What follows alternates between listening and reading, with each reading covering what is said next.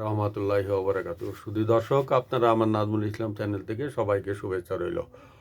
আম, জামাত ইসলামের সেক্রেটারি জনাব শফিকুর রহমানের যে নারী বিষয়ে কথাটা, আম, এইটা নিয়ে জামাত ইসলামের আম, একজন নারী নেত্রী, অধ্যক্ষ নুরুন্নিসা সিদ্দিকা, জামাতের নারী বিষয়ক সেক্রেটারি, তিনি সম্প্রতি ইসির সাথে বৈঠক করেছেন এবং তিনি ইসির সাথে বৈঠক করে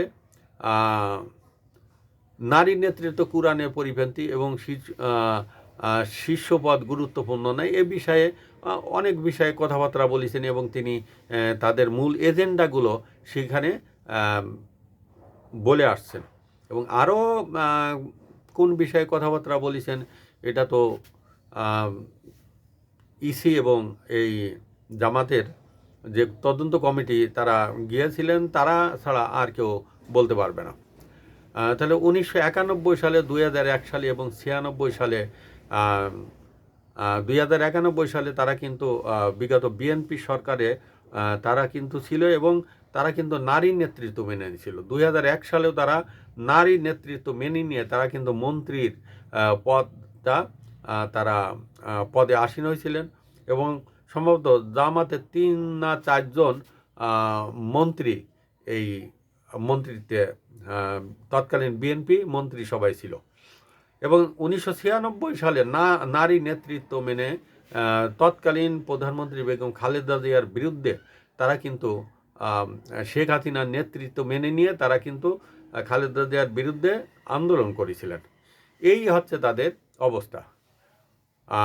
তা আমার বিষয়টা হচ্ছে যে ইসলামে যদি নারী নেতৃত্ব হারাম হয়, এরা কিন্তু অনেক ইসলামী স্কলার যারা এটার সাথে দ্বিমত পোষণ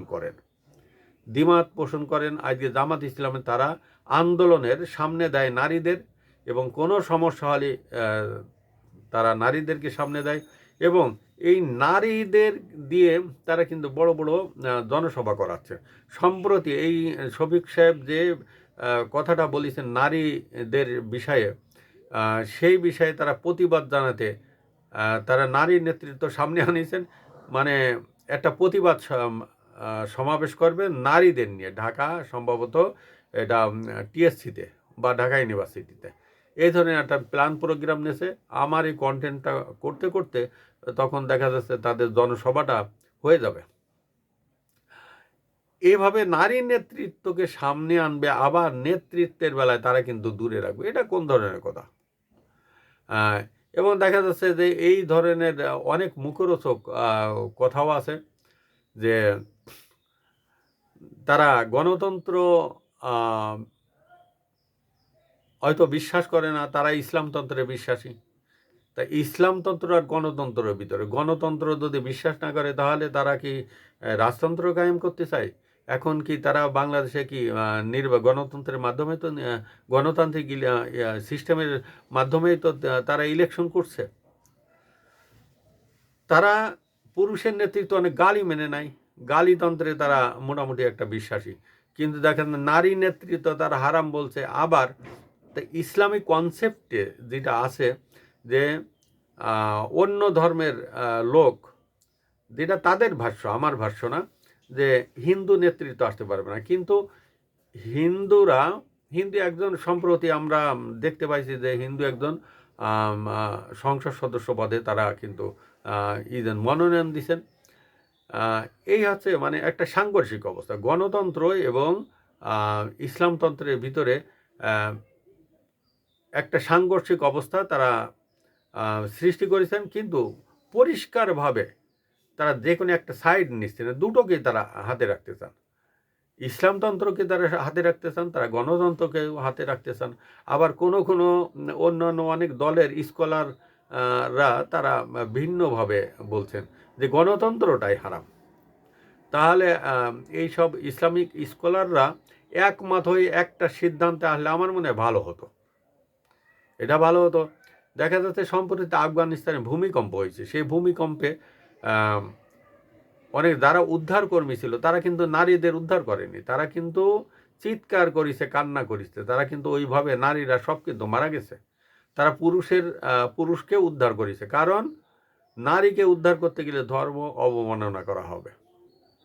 এই জন্য নারীদের উদ্ধার করেনি, পরনারীর গায়ে হাত দেওয়া লাগবে এই কারণে। তাই ওইভাবে লক্ষ লক্ষ নারী এইভাবে কিন্তু আফগানিস্তানে এই ভূমিকম্পে কিন্তু মারা গেছে। আমার প্রশ্ন হচ্ছে, নির্বাচন কমিশনের সাথে যে বৈঠকটা হলো সেখানে কিন্তু সেখানে যে নির্বাচন কমিশনের প্রধান কিন্তু পুরুষ, তাই সেখানেও তো তাদের নেতৃত্বটা মেনে নিয়ে তারা কিন্তু সেখানে গেছে, এবং তারা একদম পুরুষের সামনে কিভাবে গেল সেটাও তো একটা প্রশ্ন। এবং সর্বশেষ প্রশ্ন যে তারা কি আফগানিস্তানের বিষয়ে কি সেই আফগানিস্তানের সংবিধান অনুযায়ী কি চলতে চায়? এটা কিন্তু আমার নয়, অনেকের একটা প্রশ্ন আছে যে আফগানিস্তানের স্টাইলে, আফগানিস্তানের মডেলে কি তারা বাংলাদেশে খিলাফত কায়েম করতে চায় কিনা। সুধী দর্শক, আসসালামু আলাইকুম ওয়া রাহমাতুল্লাহি ওয়া বারাকাতুহু।